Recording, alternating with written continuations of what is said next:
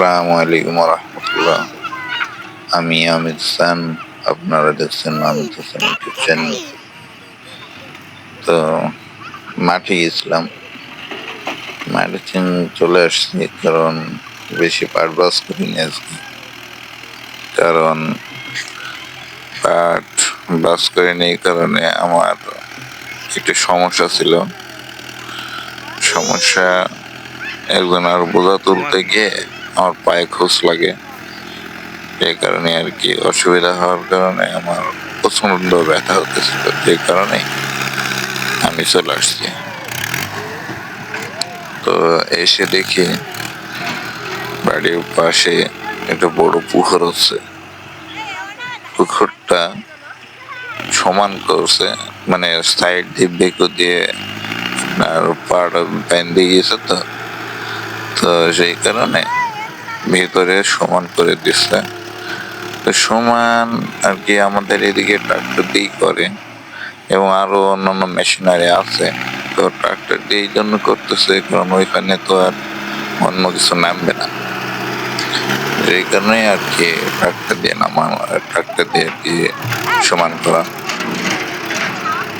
আর এই ট্রাক্টরটার কত পরিমাণে শক্তি হলে এইরকম কাজগুলো করে, প্রচুর পরিমাণে শক্তি। ভিডিওতে আর কি সেভাবে দেখাতে পারছে না, এত পরিমাণে শক্তি তা বলার নাই। প্রচুর পরিমাণে শক্তি। আর আমাদের সাথে শুধু অ্যাড করতেছিল, মানে দেখতে পেলেন যে আমার গাবিলে উঠাই দিতেছিল, কারণ এরা আমাদের আত্মীয় হয় আর কি।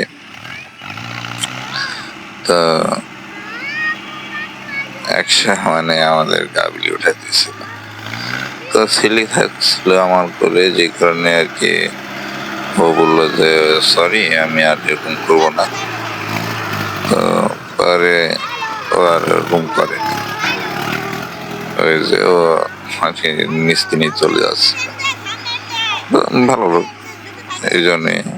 তাই আজকে দেখলাম মানে এই পুকুরটা প্রচুর নিচু ছিল, ঠিক আছে। নিচু বলতে পুকুর থেকে আপনার ওই যে সামনে আরো পুকুর আছে, পুকুরগুলা আর কি সব সমান ছিল, সমান ছিল। যেই কারণে যার যার জমি তারা বানিয়ে নিছে অথবা নিজে নিজে চাষ করতেছে। তো এখন যাকে দেখতেছেন এটাই আর কি এই ট্রাক্টরের মালিক, ইনি আর কি এখানের ওনার। তো আজকে এ পর্যন্তই। ভিডিওটা ভালো লাগলে অবশ্যই লাইক কমেন্ট শেয়ার করে দেবেন, এবং ইউটিউব থেকে দেখলে পাশে থাকা বেল আইকনটা অন করে দেবেন, এবং ফেসবুক থেকে দেখলে অবশ্যই পাশে থাকা ফলো বাটনটি অন করে দেবেন।